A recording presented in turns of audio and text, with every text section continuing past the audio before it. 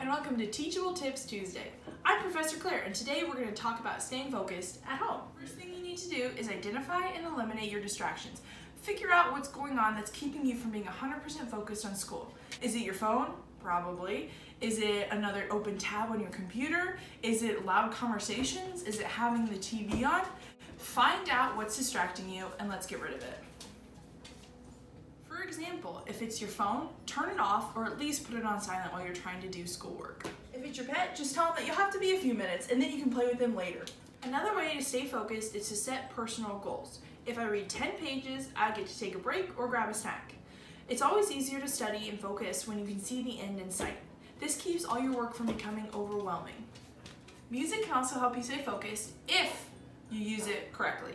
Music has been shown to reduce stress and anxiety while also keeping your brain focused on your work. However, the type of music you are listening to does matter. Studies have shown that your brain struggles when you're listening to music with lyrics. Avoid music with lyrics at all costs. Do not listen to any lyrics while you're studying. It does more harm than good.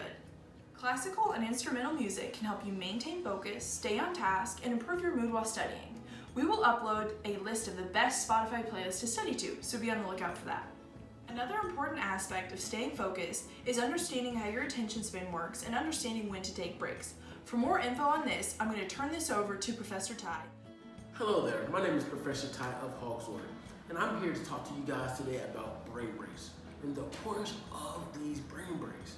So, your first question might be, what is brain breaks?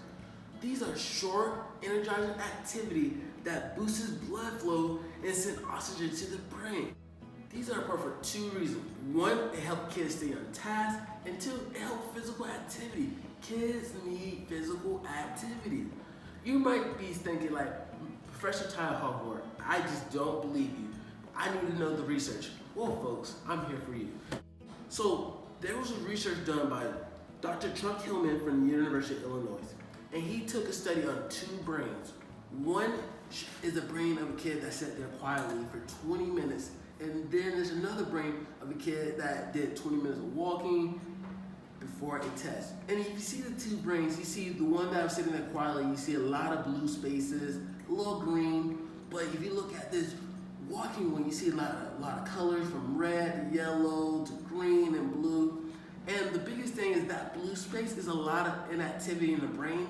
And that red and that yellow is a lot of energy within the brain.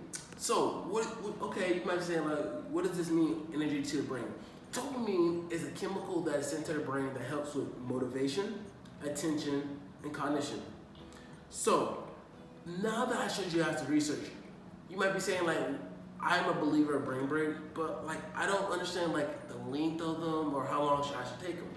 So, research suggests you should kind of use, like, kid age as a general starting point. So, if you have a kid that's 8 or 9, and so after that 8 or 9 working on a task, take a break. So maybe you have a teenager, 13 or 14. After 13 minutes, 14 minutes, take a break. And if you have a high school student, 16, 17, after 16 minutes or 17 minutes, take a break. So here are a couple suggestions I would give to you guys when you're taking these brain breaks. 1, set a timer. 2 to 5 minutes. You don't want to make them too long, but you don't want to make it too short. Something just in the middle. Hydration. Get a cup of water. Nothing like soda or juice where you have a lot of sugar in it, where you get energized for a couple minutes and then you start to crash. Something natural, just like water. And I encourage you guys to stand up. Shake out the big muscle, get them blood flow into the brain. And finally, just have fun with your brain breaks. If you're not enjoying it, then you have a bad time with it. I'm Dr. Professor Ty of Hogsworth, and this is Brain Breaks. Thanks for watching, and we'll see you next week.